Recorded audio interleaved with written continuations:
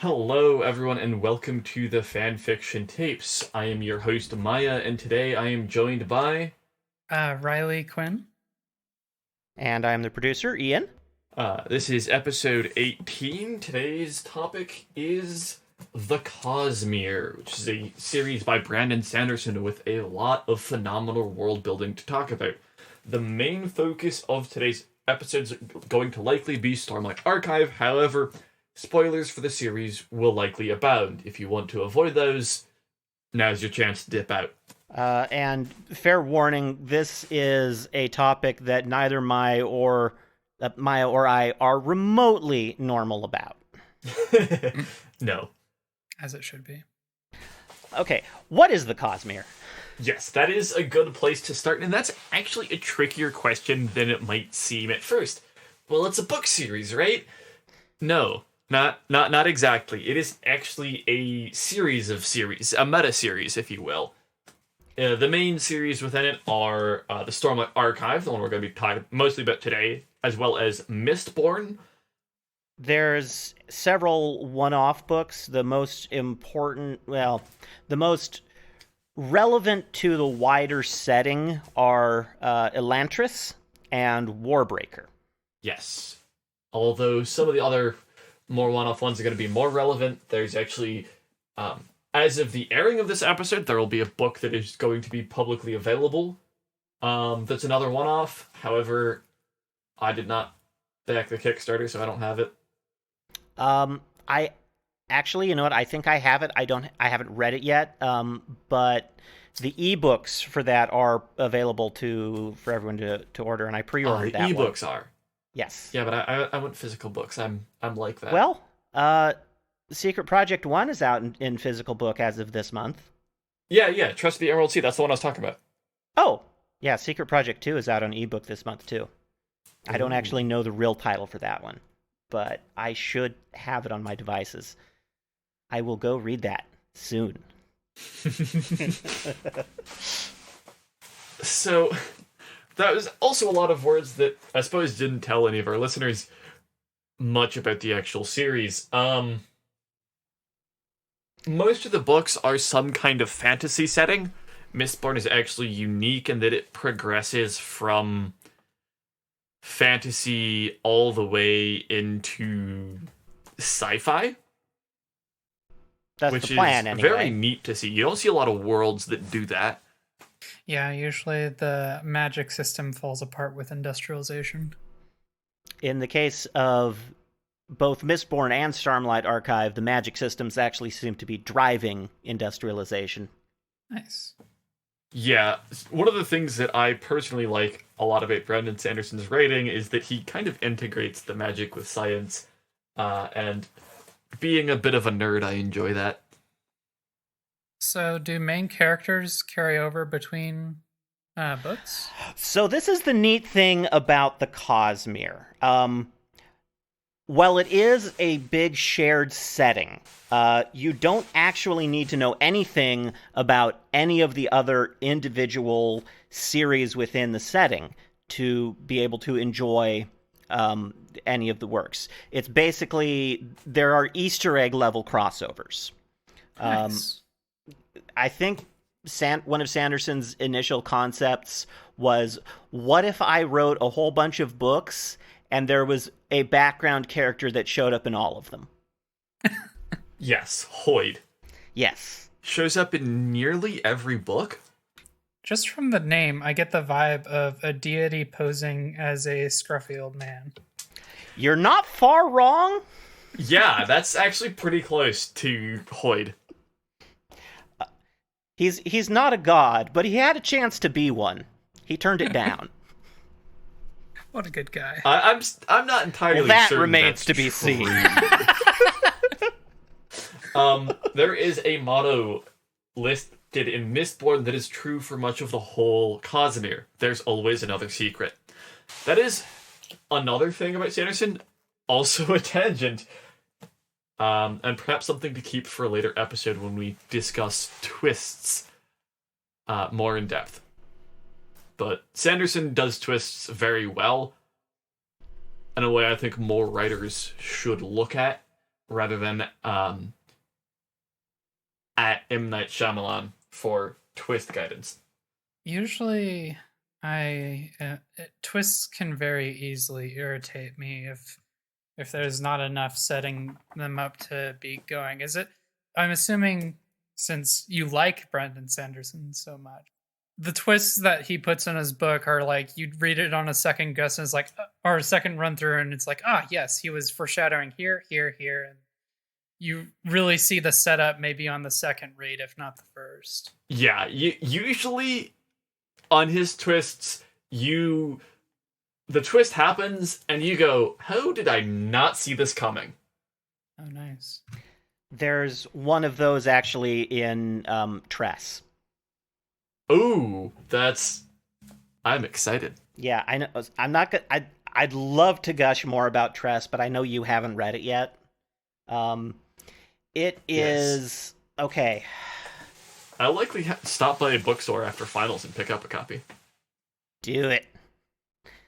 Spend your tuition money on books. Well, I did just get $500, so. Ooh.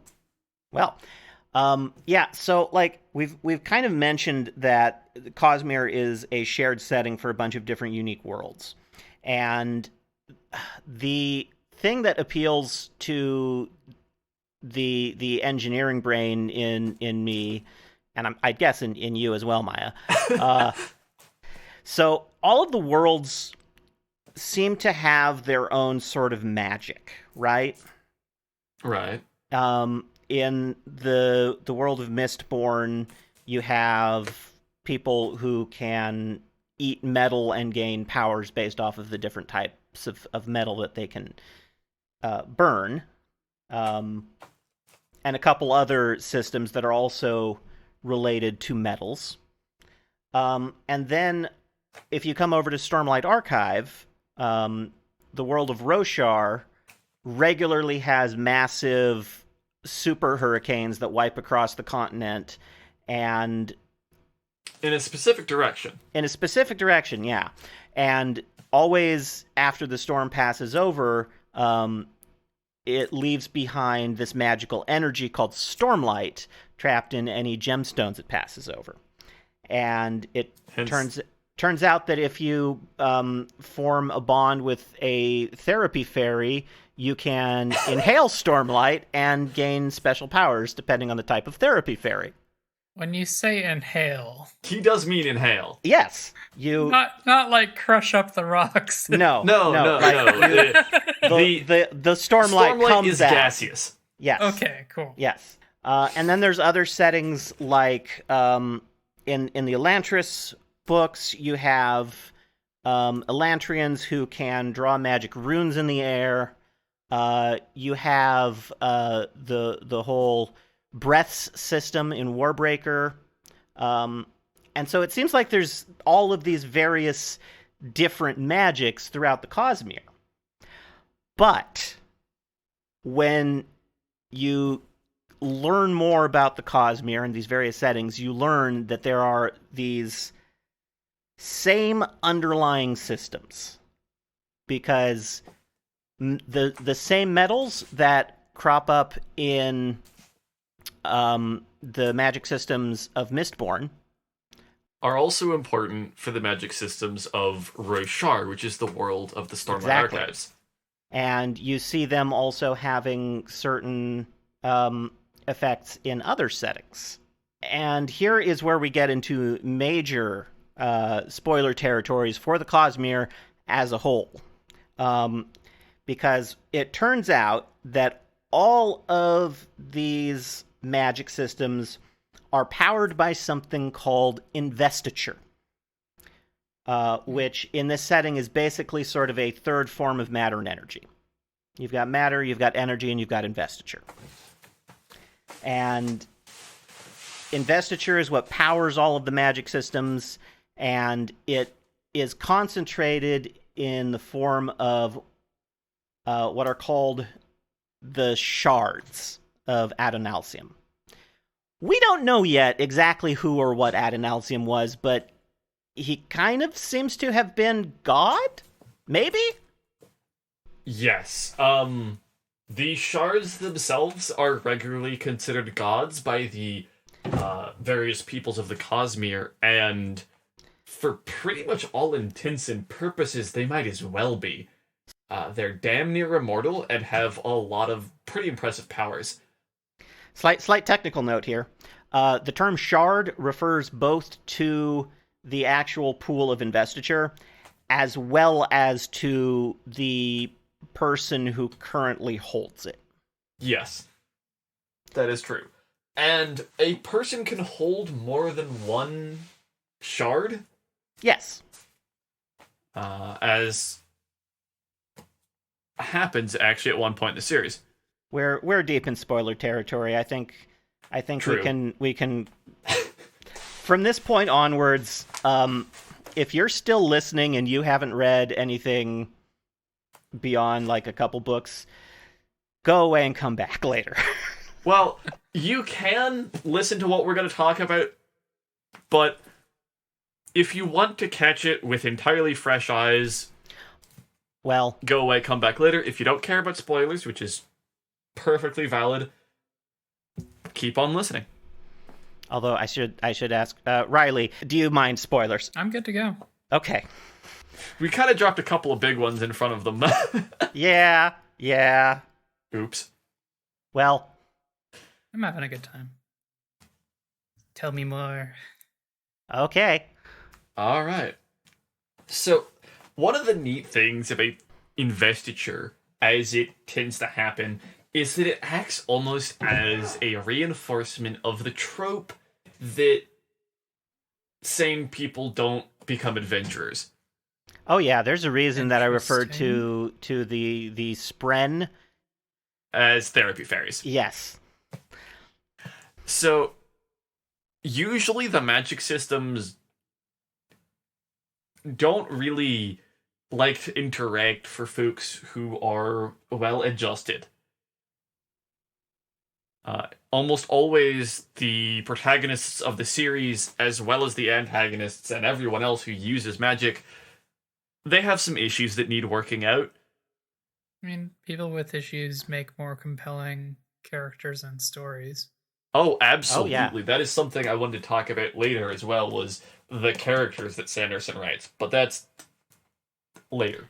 This I think is most obvious with the Knights Radiant in Stormlight Yes. Archive. It's most explicit with them as well. Yeah. Like explicitly, you have to have cracks in your soul in order for the spren to get in. Oh my. I hope people aren't going around intentionally causing trauma to That- more people. That would be Mistborn Era 1. That happens in the first book. Oh, strong start. See, so... Okay, Knights Radiant, you have to bond with a spren to get powers, and in order to be able to bond with a spren, you have to have cracks in your soul, like mentioned. Allomancers, who are the people who can burn metal, consume metal, and then burn it to gain powers on the Mistborn series, their powers are innate, but they have to be awakened, and that process is called snapping. It's called that for a reason. Yes. Oh my. This is pretty frequently induced through some form of violence. One of the main characters of the series, Kelsier, snapped while in a horrific mine for a specific, very rare metal. After repeated structural violence and personal violence, eventually he got magic.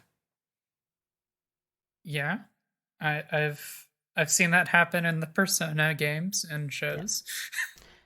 Because of the structural system of the Mistborn setting, at least in Mistborn Era 1, is it's basically kind of what would happen if you had... Yeah, it's your typical feudal stasis fantasy society, but the setup is, what if the Dark Lord won? So you have this very stratified class system, caste system between the nobility and the peasant class, who are called the Ska. And supposedly it's only the nobility who are supposed to have Mistborn powers. So That's strange to me. Like, you'd have the lower class, you'd make sure that they don't experience enough trauma to get magical powers. That seems like you'd inevitably try to kind of like I be said, nice like to I said, them. well, like I said, the Mistborn powers are innate but have to be awakened. Okay. So the Dark Lord, when he took over, did some genetic tinkering with humanity. Mhm. So it was his closest friends who got Mistborn powers and became the first nobles. And then everybody else he made able to survive on basically ashes. But he set up a society where the peasant class are horribly oppressed and aren't supposed to be able to access the magic powers, and the nobility who have the magic powers sit on top of everything. Since it takes some trauma typically to awaken magic powers, this often means that nobles will brutally beat their children at some point during their childhood in an attempt to get them to snap. Yeah. That would be the unfortunate logical conclusion. Yeah. By the time of the story of Mistborn, the Dark Lord has ruled for almost 1,000 years. And of course, this has resulted... 1,000 years is plenty of time for genes to escape confinement. Especially given the propensity of nobles. Yeah. So Yeah. I'm guessing just the occasional bastard child that wasn't made a noble. More than the occasional. More than the occasional. Yep, that would do it. There's enough to fuel a peasant rebellion. Yeah. Because that's the plot of the first era of Mistborn, is incredible violence in peasant rebellion. Also, trust nothing not written in metal. Interesting. That's more important for books 2 and 3, but yeah. Yes. Is it like things that are written on paper can just be changed, or what? Yes. As a matter of fact. So if we're talking spoilers free, the Lord Ruler is defeated at the end of book 1. Books 2 and 3 are about killing God. Well, one of the two gods of Scadrial, which is the world of Mistborn. Yeah, Scadrial was a joint project between two of the shards. Preservation and Ruin. And Ruin, yeah. Yeah. Interestingly, neither of those shards are inherently a particular way. It's just I think this is something we haven't mentioned about the shards before. We mentioned there's 16 of them, and each of them has a name that is also their intent. I don't know if you can hear the capital letters. I'm trying to pronounce them. Yeah, there are capital letters here. That's Ruin, Preservation, Odium, Honor, Cultivation. Honor, yes. Dominion and Devotion are the important shards for Elantris. Right. Endowment is the shard for Warbreaker. Right. Autonomy. Autonomy. I was forgetting that one. Yeah. That one's important. There's a few that we haven't really actually seen. We know Whimsy exists. Have we? Is that what was offered to Hoyd? Maybe? I think... that would make sense. Every good immortal needs a bit of trickster. Yeah. Mostly, okay, so... We are, by the way, our count for shards I've been counting on my fingers is only 9. There are 5 of the others we, I guess, just don't know anything about. Yeah, I guess. It's possible they've been named on the Coppermind, but... Yeah. We know... Oh, yeah, okay, so... Brandon Sanderson likes to talk to his fans a lot. Yes. And sometimes will reveal little bits of info. Although usually the juicy stuff he will respond to questions with read and find out, or RAFO for short. Yes, if you see that on a Cosmere subreddit from a user by the name of u/Mistborn, that's Brandon. Spicy. Yes, that is Brandon's Reddit account. Yes. But the major fan-made repository for information about the Cosmere is a website called thecoppermind.net. This is a reference to actually something within Mistborn, and something we haven't touched on, another magic system within the magic system of the Cosmere. There are 3. Yeah, I kind of mentioned that there were 2 other magic systems in Mistborn that are related to metal. Yes. So we've talked a lot about allomancy, and I think I've mentioned that word before. Allomancy is the magic system that allows you to consume certain types of metal and then burn those within yourself to gain investiture and use that investiture to do certain abilities based off of the metals. There is a second magic system on Scadrial called Ferukami, or Ferukami.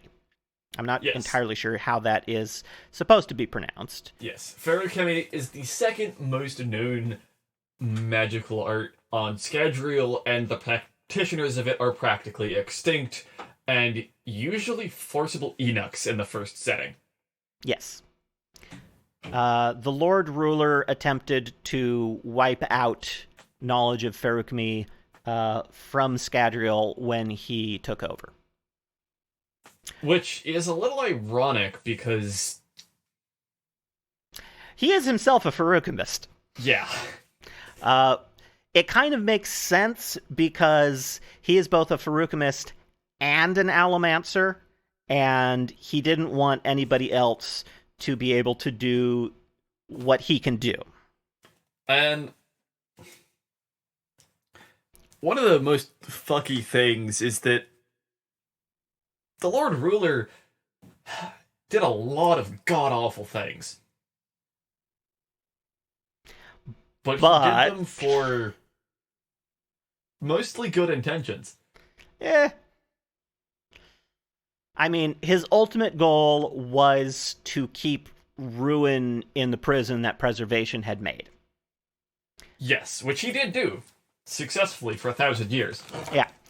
He kind of fucked up the world in the process, though.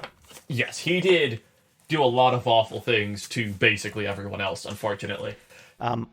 Okay, real quick, before we get too far sidetracked from Ferukami, the difference between Ferukami and Allomancy is that you don't consume the metal in the magic. Rather, yes, you use metal objects to store aspects of yourself. So there is actually a way of describing the 3 different metallic arts. So you have Allomancy, which is basically breaking physics. Yeah. Because you get out, you don't put really much in, and you get stuff out of it. You have Ferukami, which is equivalent exchange laws. Right? You can only get out of Ferukami what you put into it. Yeah. Nothing is destroyed nor created. But you can modify the time aspect. Yes. When you put in and when you get out, that is different. Yeah. And the last one is also called hemalurgy. For those of you who are familiar with your words, you might be a little spooked. You should be. Yes. Why is the Greek root word for blood involved in this one? Well, hemalurgy is an inherently destructive art. Hemalurgy is the magic that comes from the Shard of Ruin, and Allomancy comes from the Shard of Preservation. And Ferukami seems to be a side effect of both of them. Yes, I would kind of more call it the art from Harmony. Harmony didn't exist yet when Well, Furukami... yes, but like, if Harmony is the combination of the two... True. Harmony is the positive combination of the two. Discord is another possible combination. Oh. But... today I found something out. You've read Mistborn Era 2. You've seen... Right? You've seen mentions of Discord. I have, but I probably just either didn't notice or forgot. Oh. Okay, so, yeah. Hemalurgy is magic from Ruin, and it's called a metallic art because there are metals involved, and it is somewhat similar to Furukami in that you use metal objects to store attributes of a person. However, the metal objects that you use are spikes. And the way that you get the attributes is by hammering them into a person and ripping off pieces of their soul. This usually kills the donor. I think it explicitly kills the donor. It doesn't always have to. This is more word of Brandon, but it is possible that if you take from somebody who has very advanced magical healing abilities, such as a Gold Savant or a Knight Radiant, they could heal the physical damage. Specific wording there. Yes. No, there's it rips off pieces of your soul. That's gone. Yeah, Hemalurgy is pretty repeatedly throughout the first era shown to be a very barbaric art. It doesn't just have effects on the people who are, have parts of their soul ripped from them. Oh yeah. The people who stick spikes on them get effects too. Yeah, that's the second part. So you hammer a spike into somebody, rip off pieces of their soul, probably kill them, and then you shove the spike into yourself. I imagine that would be a rather tortured existence. Yes! The concept of death on the world of Scadrial is actually no more than a human being who has had quite a lot of hemalurgy done to him. Yeah. The Lord Ruler mentioned in Era 1 had a secret police force called the Inquisitors. Creepy as hell, covered in metal armor, with spikes jutting out from their body all over the place, including their eyes. Yes. They have spikes through their eyes. These were hemalurgic spikes. Hemalurgy, as far as I can recall, was either created or discovered by the Lord Ruler. It was revealed to him in the Whispers of Ruin when he held the power of the well. The other relevant thing is that when someone has enough spikes in them, more than 2, Ruin can control them directly. At 1 spike, you can do some funny whispering, and recipients of spikes will literally hear Ruin's voice in their mind, although they may not recognize his voice as belonging to him. 2 spikes, he gets control. Or maybe it wasn't 3 No, spikes. it was 3 spikes he gets control, which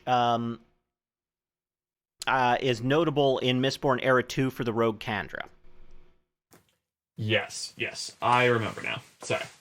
Yeah, 3 spikes is just outright control. At 1 or 2, you can do some funny whispering. 3 spikes, he can take control. Editor Ian here. Maya had it right in the first place. It's only 2 spikes that Ruin needs to assume direct control. 3 strikes, you're out of here. Yeah. However, that's actually not the scariest part of hemalurgy. Oh, do tell. So, hemalurgy is the only magic system we've seen so far where the only thing that you need to use it is the knowledge that it exists. Oh. Anybody can do hemalurgy. Anybody.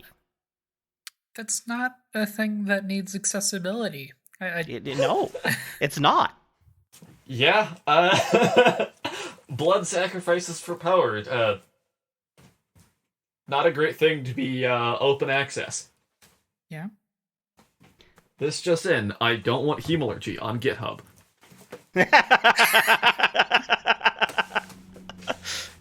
Oh no. It sounds like if there's a cultural taboo on this, it's not doing enough. Well, nobody really knows about it in Arrow 1, so everyone who finds out about it is like, what the fuck? Yeah. Well, nobody really knows how it works. Everybody knows about the Steel Inquisitors, the big scary dudes who are covered in spikes. But it's kept secret from the population exactly how Steel Inquisitors are made. In fact, it's not even known if Steel Inquisitors are human. Exactly. And in Era 2, hemalurgy happens a lot more. Yeah. And a lot more casually, too. Actually, one of the protagonists uses a hemalurgic spike to talk to God directly. Well, God in this case meaning Harmony, who isn't God to us. Harmony's just some dude. In fact, we know him. His name is Sazed. Yeah. He's one of the protagonists of Mistborn Era 1. After they succeed in killing God, he inherits both the Shard of Ruins and the Shard of Preservation. Because not only does God die, other God dies too. Mostly because God killed him. Yes. Basically, God and God created the world because they had a bargain where eventually God would get to destroy the world. But God didn't want the world destroyed, so he put God in prison. This caused God to die. But very slowly. And so eventually, God gets out of prison, God dies, and then a bunch of plucky heroes get together and kill God. And God now both get inherited by one of the plucky heroes. Who is basically the only one who gets a happy ending. And calling what he gets a happy ending is... a stretch. Yes. So what I'm hearing is, God, in the beginning, God created the universe, and this was widely regarded to be a bad move. Yes. So we've been talking a lot about Mistborn up to this point. What about Stormlight Archive? Yeah, that's the one I wanted to talk about this episode. That's what I partially wrote the script with intention of discussing, and then we got distracted. Yeah, ADHD talking hour, everyone. Uh-huh. And there's so much shiny stuff on the planet with the metal magics. Mm-hmm. Yes, many shinies. Many cool. We didn't even get to talk about the number 16. However, Stormlight Archives. Okay, as we mentioned, Roshar is in a bit of a pickle. Roughly once a month. I think it's less than once a month. But very frequently. The ecology of Roshar is very unique. The planet's land mass is basically gathered into a single supercontinent that coincidentally is the shape of it's a mathematical fractal. Not the Mandelbrot set, but a different one. I'm looking at it. Unfortunately, I don't know what that shape is. Anyways, the important thing here is that very frequently, storms sweep across the entire planet from east to west. Basically picture as if Hurricane Katrina would land in Boston and carve its way to San Francisco every month.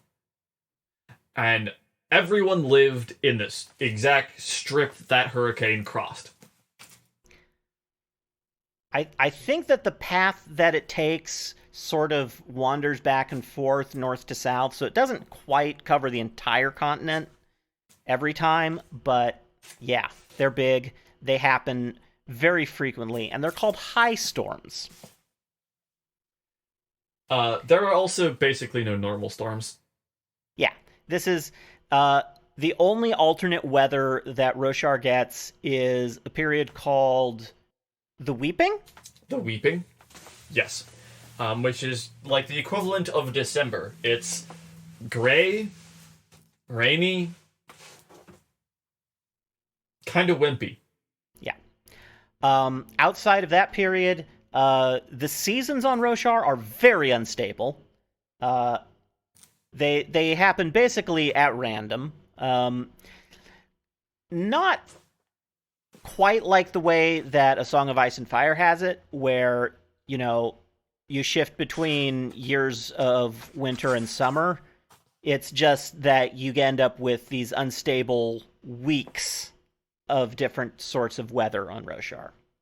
But the storms are the major factor in the ecology of Roshar. They are so violent that, except for the far west region that is protected by multiple mountain ranges, Roshar's environment is pretty much entirely stone, because any soil that would get laid down would be completely stripped bare. Now, this is not entirely true. There is actually a region with soil, and it's an area known as Shinovar, and it's the only place that actually has grass. Well, grass as we would know it. Yes. So, what's the path of this storm? Is it from the northeast to the middle south, or what? It varies over time, but the main path of it is east to west, and it goes sort of northeast to southwest sometimes, southeast to northwest sometimes. But it always misses Shinovar? By the time it gets to Shinovar, it's passed over the entire continent and many mountain ranges, and it's basically just a very bad rainstorm, rather than a Category 5. A mountain range of its own? Yeah. There's the mountain range that defines the border of Shinovar, and then there's other mountain ranges across the continent that the high storm has passed over by the time it even gets there. Yeah. So what this means is that outside of Shinovar, all life native to Roshar is some form of crab. The crabbening. Crustaceanification. Aside from humans, everything from Shinovar. Well, there are humans living all over Roshar, right? Well, yes. Humans are the only non-crab. Well, there's a few things. There's humans, chickens, minks, and horses. And I thought horses came from Shinovar originally. Oh, well, here's the thing. Everything that's not crab came from Shinovar. Except that even everything that's in Shinovar isn't originally from Shinovar. Turns out, humans are not native to Roshar. Fun fact. The same people that you might see in an entirely different planet, if you see them on another planet, funny things happened. It should be noted that while it's likely that for most places in the Cosmere, the original home world for humans is Yolen, which we really haven't seen. We've only heard mentioned. It's supposed to be where Hoyd is from and where the current holders of the shards are originally from. Bar Harmony. Yeah. And actually bar Odium. No, Odium is... Oh, well, okay. Ray's Odium is from Yolen. Yes, Ray's... Yes, but Ray's is dead. As of the end of Book 4 of the Stormlight Archive, the Shard of Odium, God's hatred divorced from all context, has passed from its original holder to another. We'll get to him later, maybe. Yeah. In world-building terms, this is one of those twists that's set up through the world building. Yes. Because if you come to Stormlight Archive, it's very likely that you've come from Mistborn or from other Cosmere settings. And in a lot of those cases, in the Mistborn setting, humans on Scadrial actually are explicitly native to Scadrial. They were not imported from elsewhere. They were created by Ruin and Preservation along with the planet, as part of the planet. They were modeled after humans from Yolen, because that's where the holders of Ruin and Preservation were from. But Scadrian humans are native to Scadrial. Rosharan humans, on the other hand, are not. No. But we don't find this out until Book 3, I think? Yeah, late Book 3. Now, we do know that we find out, I think, pretty early on that one of the 3 gods of Roshar is not originally Rosharan. And we know from the first book that there were a species that came to Roshar and started fucking shit up. Yeah. They were called the Voidbringers, as they came from the Void. But in the culture of the point of view characters of the Stormlight Archive, the Voidbringers are considered semi-mythical. Yes, it has been thousands and thousands of years since the Voidbringers arrived. It's not really even agreed upon what Voidbringers look like or if they actually existed. Like a lot of people seem to sort of picture them as like giant monsters. Yes, that is a pretty common understanding and depiction of them. Yeah. And it was known for a time that they caused, or well, it was believed that in the mythology of the world, the Voidbringers brought with them something called desolations. Mm-hmm. Basically, horde mode. Bloons Tower Defense. Yeah. Oh boy. And everybody, all of the civilizations of Roshar would have to band together to fend off the Voidbringers. And so we're thought, okay, Voidbringers are some other monsters, and we find out a species that had been portrayed as non-sentient, the Parshmen. No, they were sentient. And they had big warrior forms, the Parshendi. And so then, of course, usually the readers conclude, okay, so these are the Voidbringers. And that is actually a conclusion that some of the characters in the story come to. That the Parshmen themselves were the Voidbringers. And then we learn the original Order of Knights Radiant, the ones that we now talk about, are based off of... They weren't destroyed by some external force or corrupted. No, they chose to give up their power to literally kill their therapy fairies because they found out something so terrible they could not continue. And that's what we spend parts of Book 3 trying to find out.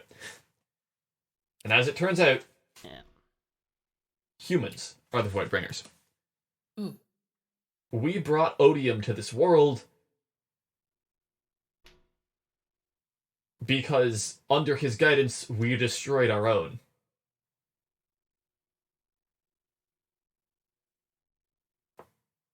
And this is actually kind of, for me, one of the neat things about the Stormlight Archive.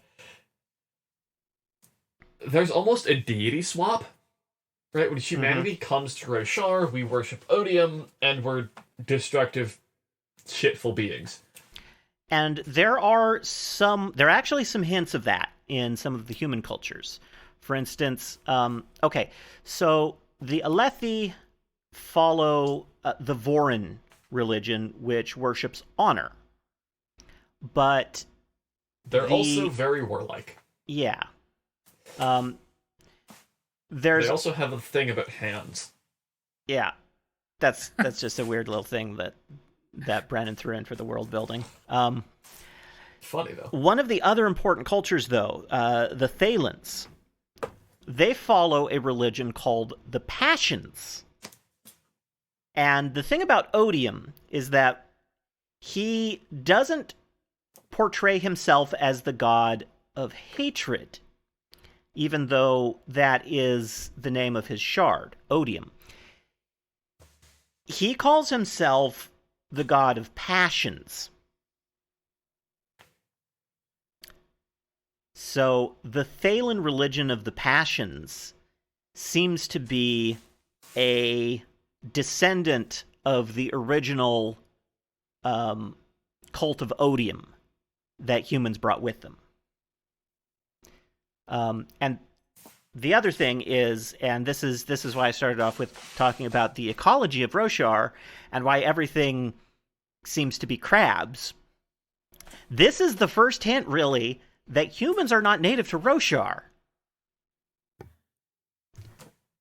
Because it is very thoroughly portrayed that everything in the native environment is highly adapted to surviving high storms in the open. All of the plants, all of the plants have hard shells that they retract into at any sign of movement. Like the native grasses outside of Shinovar retract into holes in the rock as you walk on them. And the basically equivalent of the local, like, cow, almost, in terms of being, like cow and ox, in terms of being beast of burden. The chulls are basically massive hermit crabs that you can ride around. Yep. The local hounds, or axe hounds, are fast-moving lobsters. It's also funny how Alethi language has sort of condensed or changed the words for general categories of things to use like what we would consider to be a specific word. So, for instance, chicken. You will see the word chicken used in Stormlight Archive by our Alethi viewpoint characters. And you will realize over time that's their general word for bird. All birds are chickens. And that's probably because when the first human refugees landed in Shinovar, they probably only brought chickens with them. And there was going to be a lot of loss of institutional knowledge that comes with the destruction of your home planet. Yeah. So there's all these neat little details that are built into the world building from book 1 that kind of tell you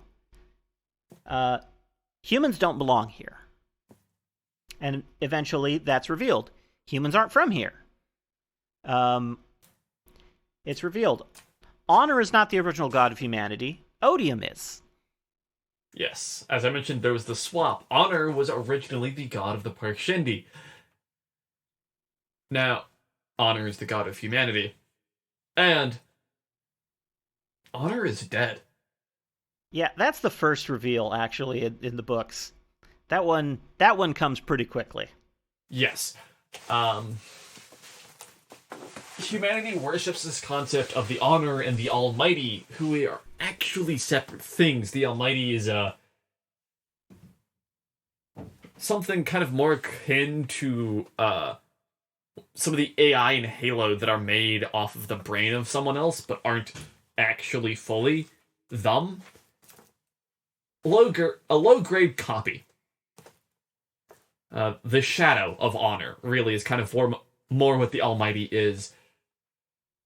And he has a line in it that I think is pretty good. Honor is dead, but I'll see what I can do. That's a pretty good line. Yeah. The Stormlight Archives has a lot of really good lines that are just... Honor is dead, but I'll see what I can do. You cannot have my pain. Ooh, that is a good one. Along with the most important steps a man can take are the next ones. That one is, to me, pretty... And also, sometimes a hypocrite is just a man in the process of changing. Yes. The so-called Way of Kings is actually a book within the series. That is a neat detail. That's actually a fun detail of all of the book titles so far, is that they're both titles of the novels, but they're also titles of in-world works. Way of Kings is a book on philosophy in the setting. What's the second book? It's a moral code for rulers. Yeah. After that, I think you have... fudge. I get the next two confused. Oathbringer is the third one. Oathbringer's the third one. Then, something with radiance in it, I believe. Words of Radiance. Yes, those are the oaths that Knights Radiant must speak to become a part of the Order. Some of them are partially known and pretty well documented, and there is actually one set of these words that is the same for every Order of Knights Radiant. Remember how I mentioned 16 earlier? Mm-hmm. There are 16 different orders of the Knights Radiant. Okay. I thought there were 16 orders of Knights. There are 10 orders of Knights. So here's the thing. Wow, I was just wrong. Yeah. So 16 is an important number Cosmere-wide and also specifically for Scadrial. For Roshar and for Stormlight Archive, the arc number is 10. Ah. That's why there's 10 books in that series. So the first oath of the the Orders of the Knights Radiant are known as the Immortal Words. Life before death, strength before weakness, journey before destination. Ah, shoot. These words are accepted.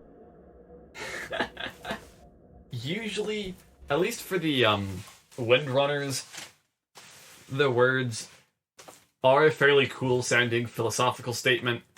Yeah. Some of the other orders, this is not always true. Lightweavers have some funny ones. Yeah, the Lightweavers are the weirdest ones. Okay, let's break down exactly... Okay, so this ties back into how, in order to become a Knights Radiant, you need to have cracks in your soul to bond a Spren, and why we call them therapy fairies. So Spren are sentient collections of investiture. Most of which are not sentient. They're not sentient on the material plane. I said sentient collections of investiture. More like living collections of investiture. Yes. Most of them are not entirely sentient, but all of them are drawn to emotion. Some of them actually are sentient, and those are the ones that can become bonded companions to Knights Radiant. Each order of Knights bonds a different type of Spren. So, for instance, you have the Windrunners, who bond honor spren, who are spren that are drawn to acts and words of honor. Yeah. Another order are called the Skybreakers, who bond high spren, whose ideal is law and acting in accordance with rules. Not justice. Specifically not. Yes. So, there are 5 grades within each order that are attained by speaking oaths. Speaking oaths and also progression of the bond. Speaking the oaths is sort of how you indicate progression of the bond. You can't really speak an oath and gain powers if you don't meet it. And you also won't get to the point where you mean it if you don't just kind of have development as a person. Yeah. Basically, no one who becomes a Knight Radiant is at the start of it ready to progress immediately all the way through. Which is why the first oath is journey before destination. Yes. After that, They get order specific. The next oaths are order specific, but they're also somewhat individual. There's usually a base order specific form, and then from there, if individualism is required, it gets modified. Yeah. We see a lot of Windrunner oaths because our main viewpoint character from book 1 is Kaladin Stormblessed, who becomes the first Knight Radiant since the Order dissolved hundreds of years ago. I thought it was longer than that, even. 'Cause we were seeing total historical decay. Yeah. Well, that can happen in hundreds of years. Anyways, so he's refounds the Order of the Windrunners. The Windrunners bond honor spren, and their ideal is protection. So, a lot of Kaladin's oaths, like the first oath he speaks, journey before destination, and then the second oath that he speaks, I think, is about protecting someone even if he hates them. Yes, but I think that is actually just the form of the second Windrunner oath. Because Tef's oath is I will protect even those I hate, even if the one I hate most is myself. Yes. Tef is a phenomenal character. Oh, he got done dirty. Have you read Dawn Shard? Dawn Shard, maybe? That was the second novella. If I haven't read it, it's on me because I have Arcanum Unbounded somewhere, although actually Steamed might have my copy still. No, I think he gave it back to me. So, Dawn Shard, we actually get to see one of Lopin's oaths. Oh.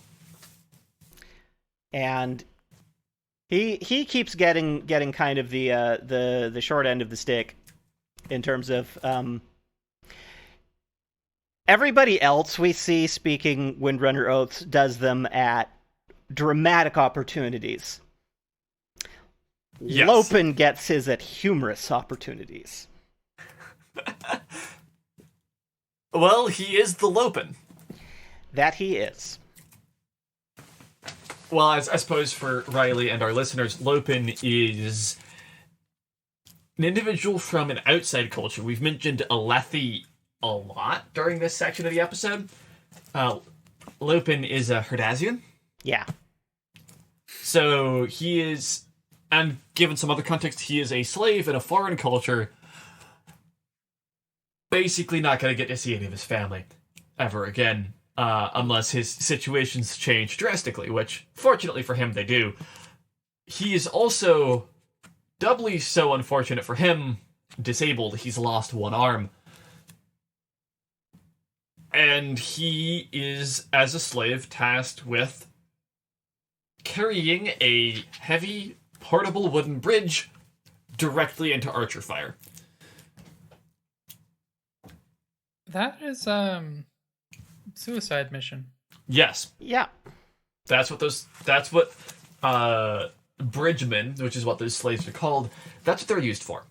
Kaladin, another protagonist that we've mentioned, is also a bridgeman. Yeah.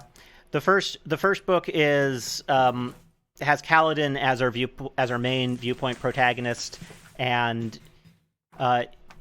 it shows him starting out as a slave in one of these bridge crews, and the way that he manages to sort of rally through his own depression and give hope to his fellow bridgemen and eventually win them all their freedom.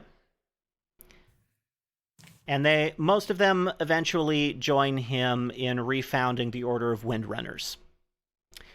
The big exception there being Moash. Moash.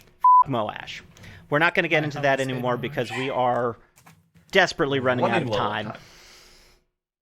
Normally we would talk about how we feel about something, but I think Ian and I have made how we feel about the Stormblood Archives blatantly clear. I'm not even going to pretend we're normal about this. No. We are not. But also, something I alluded to it off the show and talked about it, I think, incidentally, briefly. There was recently an interview with Brandon Sanderson and some writer for I don't even remember what news organization carried this, however they should feel ashamed for it. It was pretty openly bashing on Brandon Sanderson in a lot of confusing ways, and it talked about writing in a way that I wanted to address on the show.